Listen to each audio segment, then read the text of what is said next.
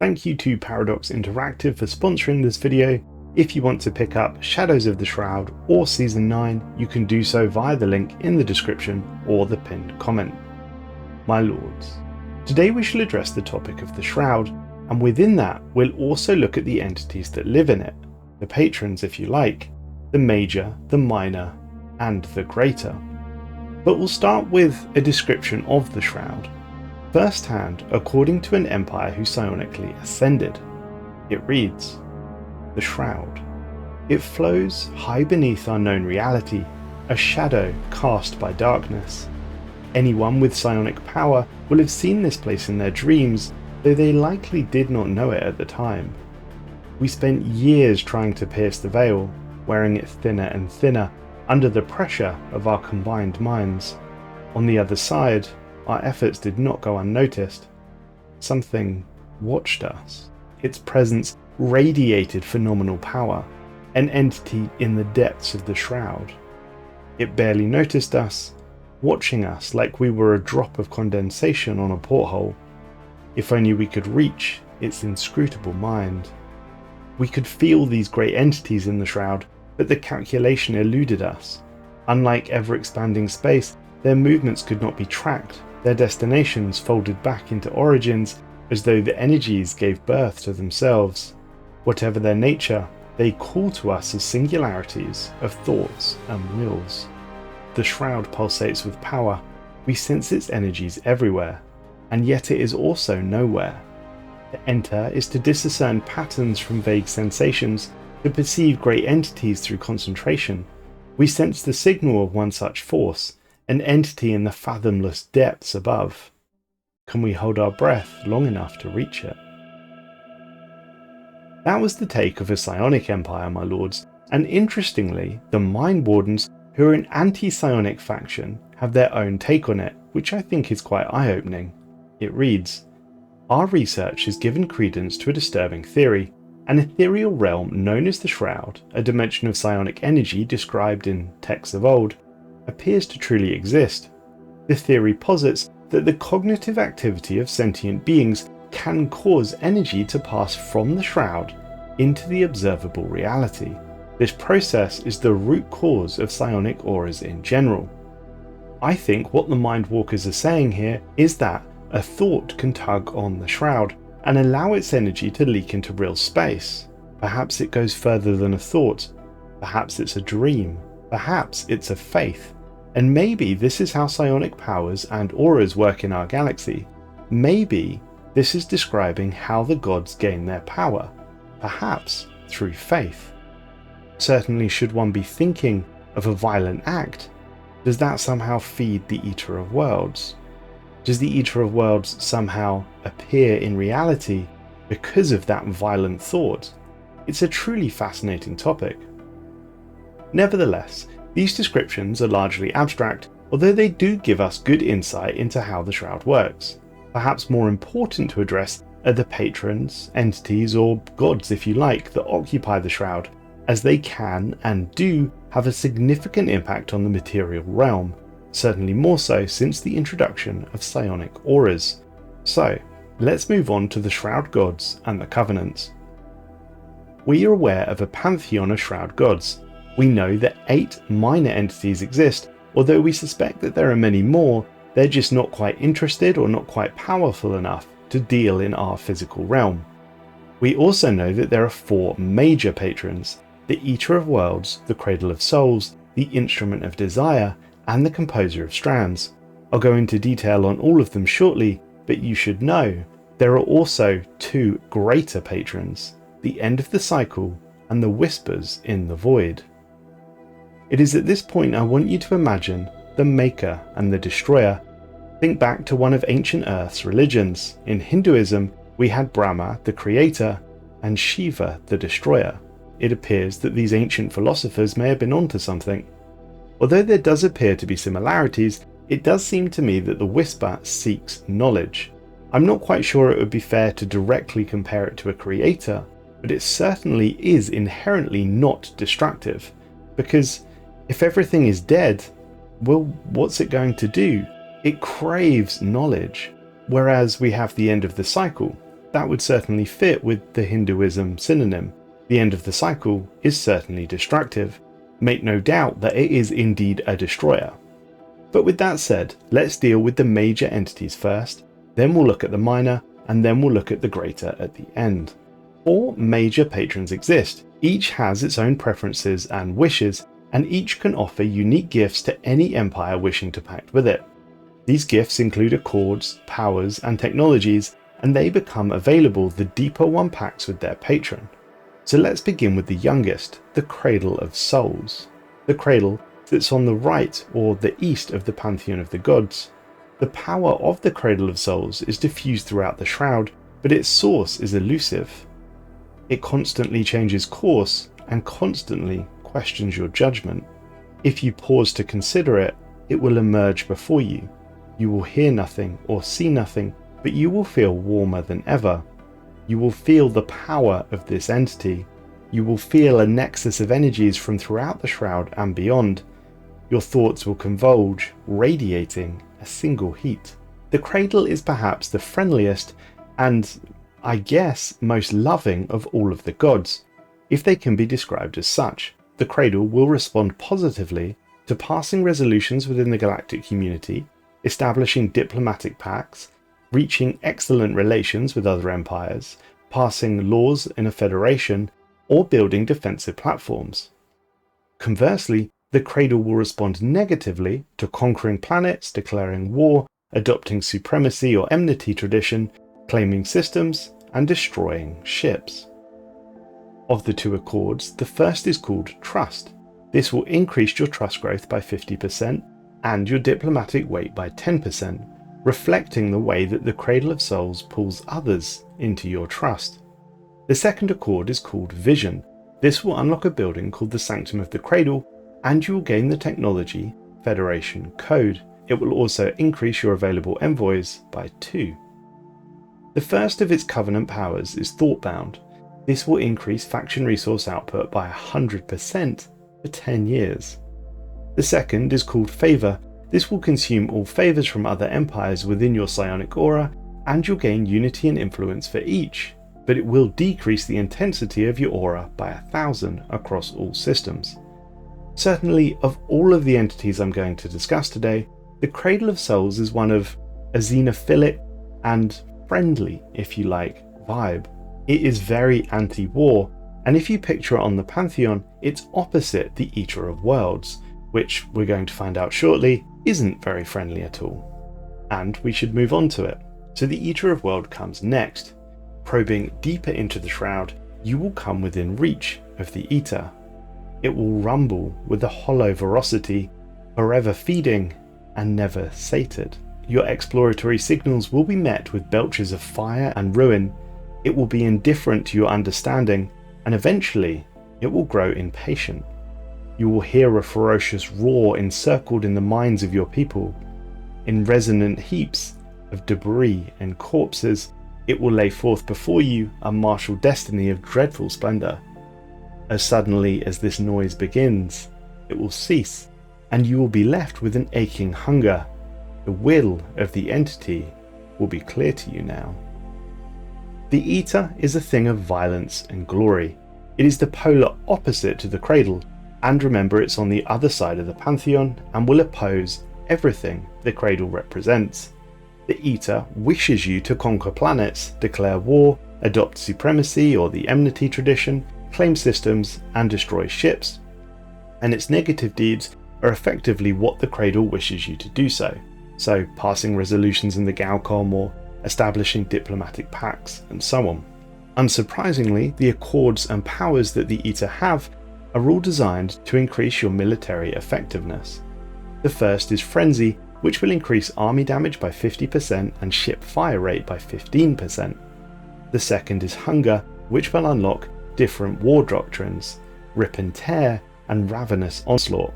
Rip and Tear gives you increased ship fire rate and weapons damage at the cost of hull points and will destroy any ship debris left behind, and Ravenous Onslaught will allow you an attempt to steal an enemy ship, 5%, but it will also reduce ship weapons range by 25%.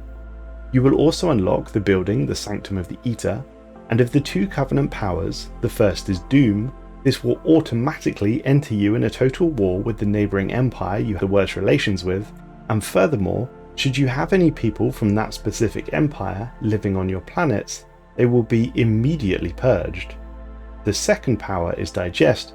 This will increase your devastation on war opponents' planets within your psionic aura, and the hull and armour of your war opponent's ships will be decreased. As before, it will also significantly decrease the intensity of your own aura. There is a cost after all. So we've seen two of the gods so far, and you can see they're incredibly different. Clearly for empires that favour military, well, they're probably going to be better off with the Eater of Worlds. However, the empires that favour friendship and diplomatic resolution should probably look to seek the Cradle. The Composer of Strands comes next. This has a primal connection to the natural world. According to the records, if you follow the scent of the Composer of Strands, you will be drawn further into the Shroud. It will leave you signs to follow, an image, a melody. It will invite you closer, but it will slow your progress.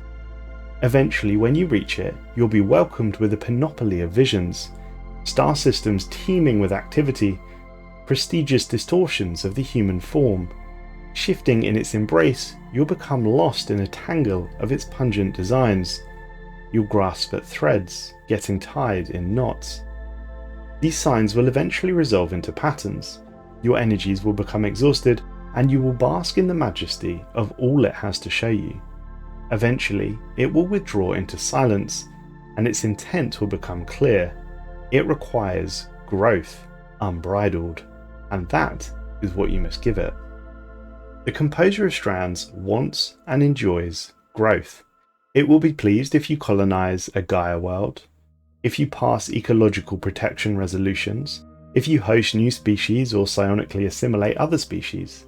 Conversely, it will dislike if you adopt dominion or mercantile traditions, pass galactic commerce resolutions, any form of trade deal, as well as upgrading non-capital buildings or uplifting species.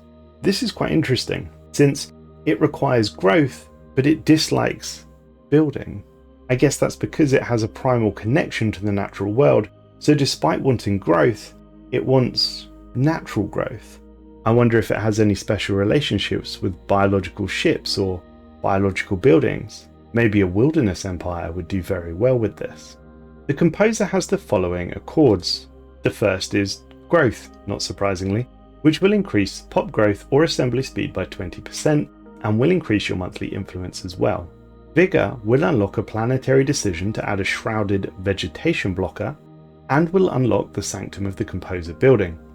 Its Covenant powers a transformation in which a random uninhabited world within your borders will get transformed into a size 10 Gaia world, and expansion, where 100 pops from your main species will be added to all colonies within your psionic aura.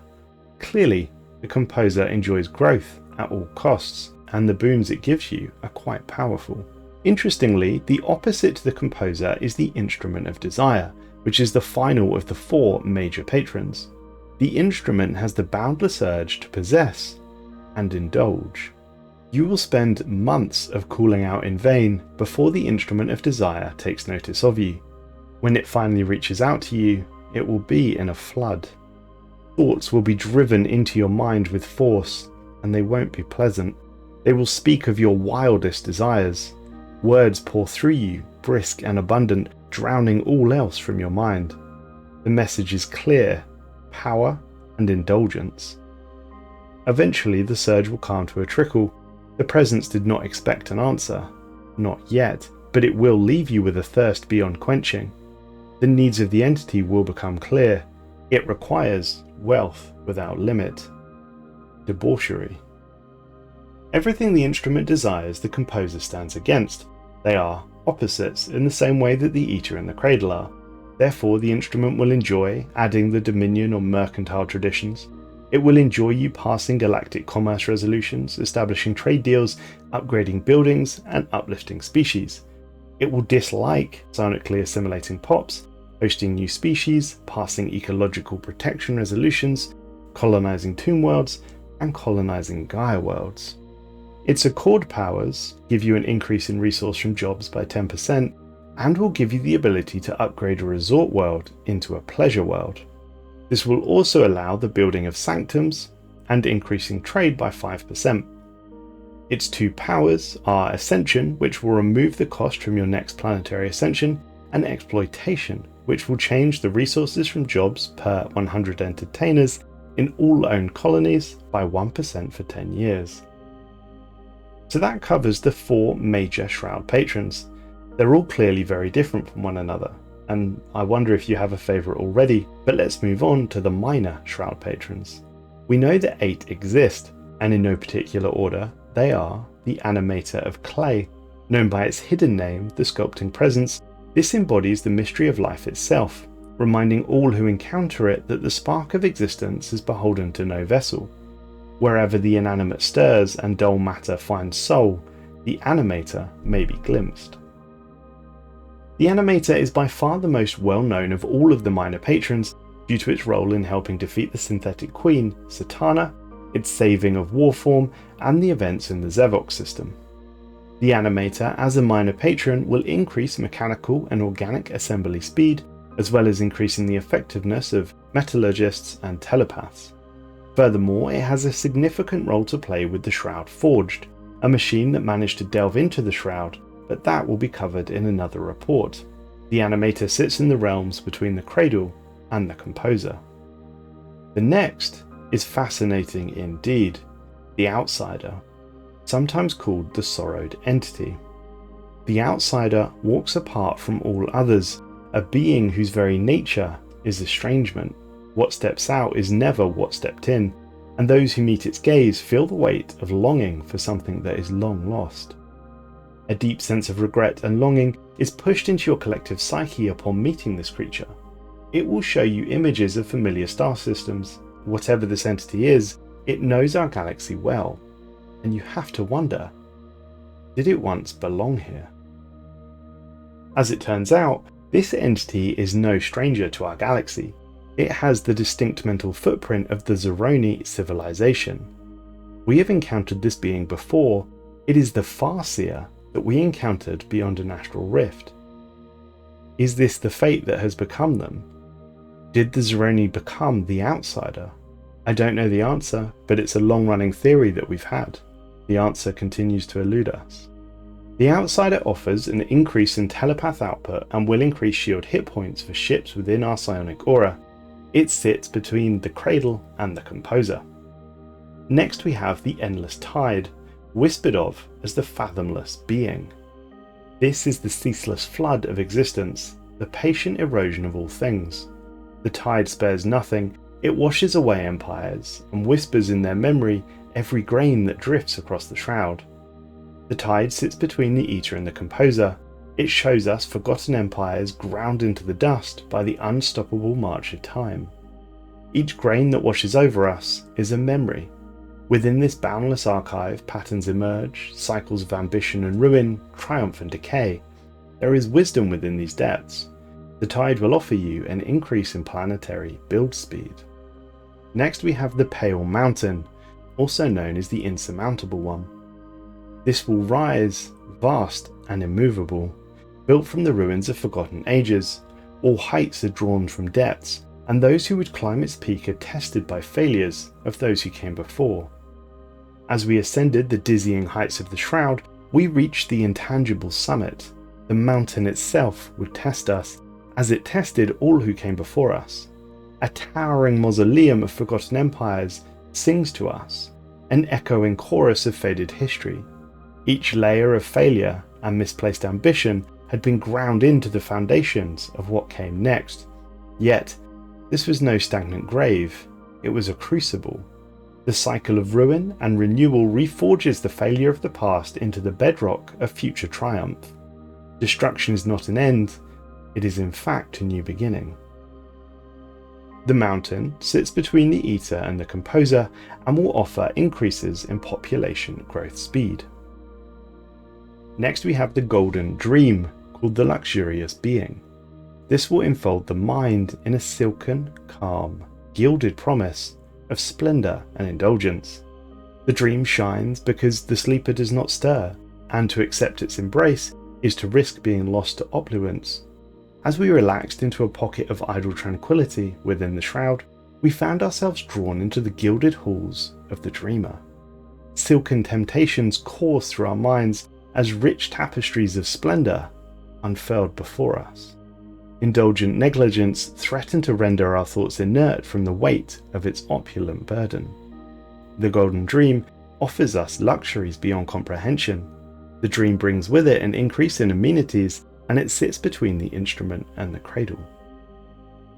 The hollow point, the Irenic entity.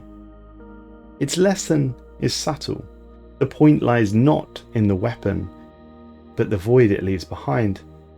It is patience distilled, serene and waiting, unbothered by conflict, knowing that in the end, strife exhausts itself. The entity sits between the cradle and the instrument.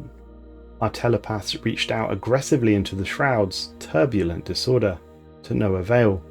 Only when they ceased their exertions did they feel the proper embrace of the hollow point. Images played in our minds of an overwhelming procession of conflicts, with each brimming with distractions of chaos and fury.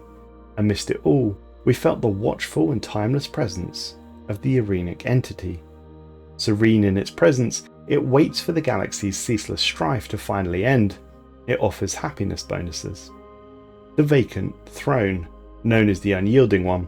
This is the cold seat of authority without a ruler, yet rule remains, and mercy is absent, but so too is cruelty. The Vacant Throne is judgment itself, impartial and immutable, demanding only obedience to the order it imposes. We have knelt in the presence of the throne. Our minds were scrutinized with the cold indifference of uncompromising authority, fixing us in place as we were judged. The oppressive vacuum of the throne offered no mercy nor suffering. It expected only order and certainty, imposing it where it is found lacking. We now carry this weight with us. The throne sits between the eater and the instrument. It offers us worker and slave resource output.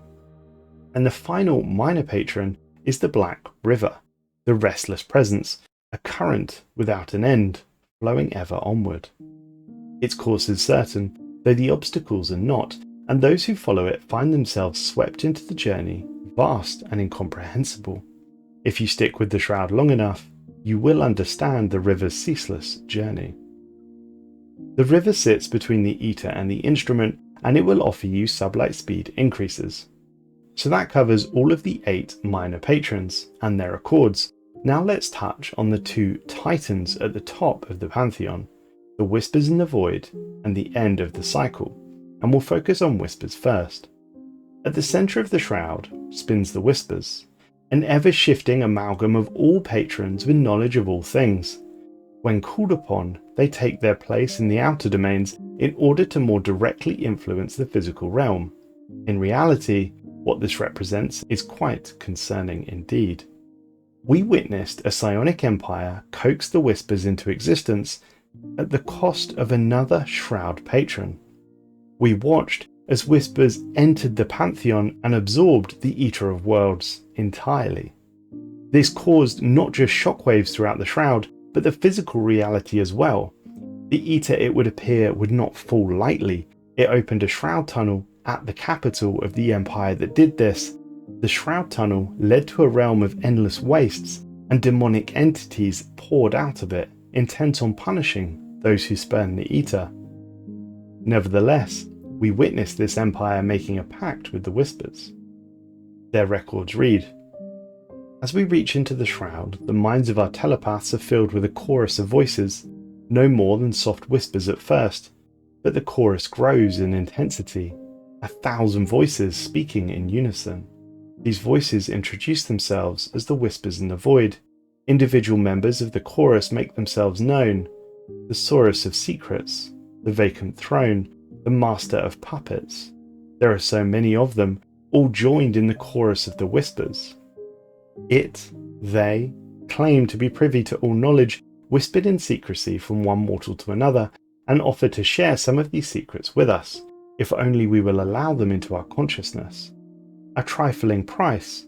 They assure us we will barely even notice their presence, and there is an urgency to their tone. I will state that the Thesaurus of Secrets has visited us before. In fact, it's visited the Knights of the Toxic God, and it attempted to convert them away from their quest. It is an interesting reference indeed. Pacting with Whispers in the Void will give you access to the Knowledge Accord, which will allow leaders to acquire the Whispering Wind trait, which will increase research speed by 15%. The second accord is Wisdom. This will unlock the building, the Sanctum of the Whispers, and increase the chance for rare technology research by 50%. The first Covenant power adds 50% progress to currently researched technologies, and the second will allow you to choose a colony inside of your own psionic aura. You can then upgrade this to a relic world with all blockers already removed. Whispers will respond positively to activating relics, researching repeatable technologies, completing chapters of archaeological dig sites or astral rifts, adopting any tradition, and upgrading megastructures. Whispers will respond negatively to building defensive platforms, passing laws in a federation, reaching excellent relations with another empire, and establishing diplomatic pacts, or passing resolutions in the Galcom. The Whispers aura will give you a 15% increase in tracking, a 20% reduction to your researchers, and a 60% increase for research station output. Hostile ships will suffer a 20% evasion penalty, and hostile planets will suffer a 20% upkeep increase for researchers. I wonder if there's more to explore about the Whispers, and whether or not I've just touched the surface. I wonder about its true intent, and its relationship with the end of the cycle. At the start of this report, I compared them to the Creator and the Destroyer, and I still believe that that could be the case. The Whispers certainly wants to create so it can continue to learn. It doesn't want to end everything like the end of the cycle does, but in calling itself the Thesaurus of Secrets, the Vacant Throne and the Master of Puppets, that is interesting. The Vacant Throne and the Master of Puppets could easily be compared to the two minor patrons we just discussed. Indeed, the Vacant Throne is one, and the Master of Puppets is the Animator of Clay. The Thesaurus of Secrets is linked to the Knights of the Toxic God, and the Trickster, who tried to move the Knights away from their quest on the Knights of the Toxic God towards bringing about the end of the cycle. Why would the Whispers want to bring forth the end of the cycle? I don't know. The only thought that I could have on this is I wonder, does the Whispers represent all of the Shroud entities at once? Could it represent some sort of split personality entity where it represents all the Shroud entities, but one of them can still gain dominance, if you like? Is the Whispers just the end of the cycle in a different coat? My lords, I'm not sure, and I'm going to need to spend some time to think about this. If you have any insight on the matter, please let me know. But of course, we still have the final entity to address, the end of the cycle. Now I'll stress I won't cover the Endbringers here, you can find them detailed in another report, but I will address the god himself. At the very centre of the Shroud dwells the end of the cycle. An amalgamation of psionic will, it is a great force of balance among the various domains of this dimension. Without ends, there can be no beginnings. Should you be lucky enough, or perhaps unlucky enough to gain the attention of the end of the cycle, following will happen. Without warning, you will be torn into the Shroud. A looming presence will assault your mind. The end of the cycle has been waiting for you. Your telepaths suddenly call out in trance, a dozen voices in a perfect unison. It is not yet your time, but it could be. Nothing more is said, but a bargain has been offered. You know that much. Power, knowledge and wealth beyond measure are yours for the taking, if only you agree to bring forth the end. The end of the cycle will dominate your ability to enter the Shroud. You will lose the ability to commune with the other Shroud entities, and a pact will be offered. Take it, and you will have 50 years with which to consume the galaxy. The end of the cycle offers you tremendous power. Every psionic technology, and there are some incredibly powerful ones, will be unlocked. I'll cover them in a separate report, but I can't stress enough that the weapons it has access to are incredibly powerful, far stronger than any conventional weaponry. Your naval capacity will be increased to 100%, your starbase cap by 10, and you will gain an extra 5 influence a month. But there's more. you'll get access to powers as well. First we have creation. For the low cost of 10,000 energy credits, we can create a Gaia world with 1,000 pops in our capital system. Next we have annihilation. This effect reduces the end of the cycle situation progress by 60 and costs 9,000 of energy credits, minerals, food and alloys. Fractalization increases mining station output and resource station output within our psionic aura by 100%.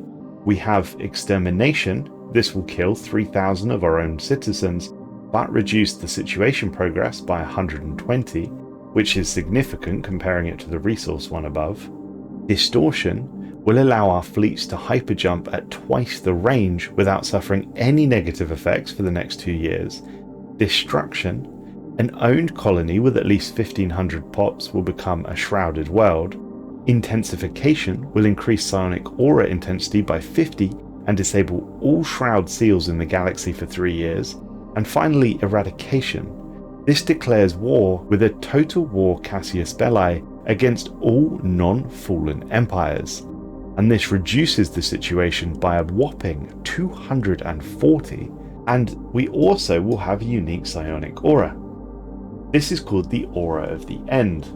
This is looking like it increases mining station output and research station output by 100%, and will have empire-wide effects of increasing mining station and research output again, ship upkeep and resources from jobs, all being positive effects.